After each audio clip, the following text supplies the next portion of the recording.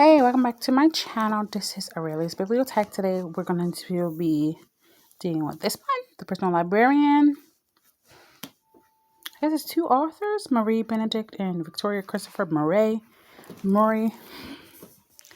Yeah, it's two. I tend not to like books with multiple authors.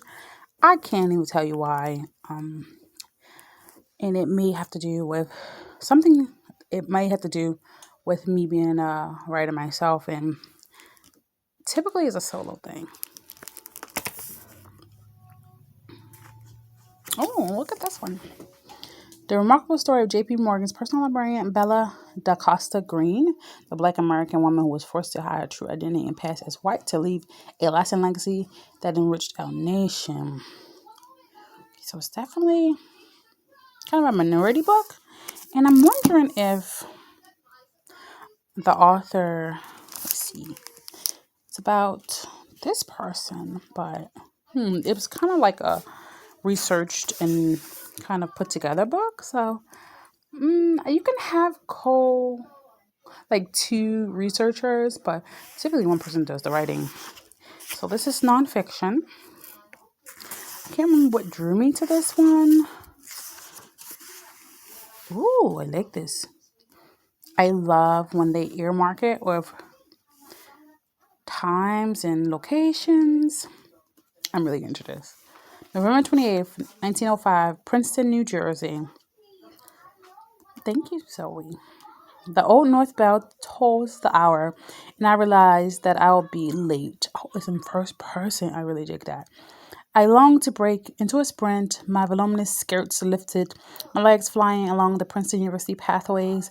But just as I gather the heavy material, I hear Mama's voice. Belle, be a lady at all times. I sigh. A lady would never run. I love the historical nature of this book. I tend to gravitate towards those type of books. I'm definitely liking it so far. And I would definitely keep reading. This is something that, so occasionally I'll rent books from the library. I'm like, I gotta have it in my collection. These are one of those books that I would totally get from my collection just because the loan periods on libraries typically is never long enough. And if I want to reread it, I don't want to keep renting it from the library. You get late fees. If you're too late now with certain libraries, they did away with late fees. They'll just charge you to replace the item. And occasionally I was like, you know what? I really like this book. I'll pay the fee. But typically I can get books for cheaper elsewhere. So I'll sometimes return it. It depends on what the price is.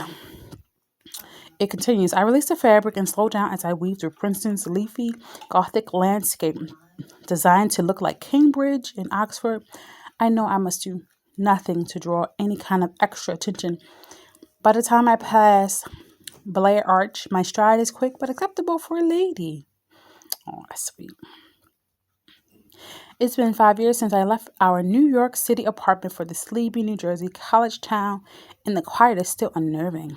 On weekends, I wish I could return to the energy of New York, but 60 cents for a train ticket is outside our family's budget, so I send money home instead. As I duck under a crenellated tower, I moderate my pace so I won't be breathless when I arrive. You are at Princeton University. You must take extra care working at that all-male institution. Be cautious. Never do anything to stand out. Even though she's nearly 60 miles away, Mama insinuates herself into my thoughts. I love this opening. It's something everyone, at least every woman, can relate to. Our mother's unsolicited advice. And it's very, very well done here. So far, I'm digging this. This is my first page judgment, and I would totally keep reading. And I must have snagged this because I saw a blurb about it, and I was very, very interested. And I like libraries. I worked at a library. I respect the institution of a library. So it probably drew me in like that. Or, it might have been random as well. I do a lot of perusing. So thanks for coming back to my channel. This is Aurelia's Bibliothèque. You've just heard an excerpt from The Personal Librarian by Benedict and Murray. And I'll see you in the next video. Auf Wiedersehen.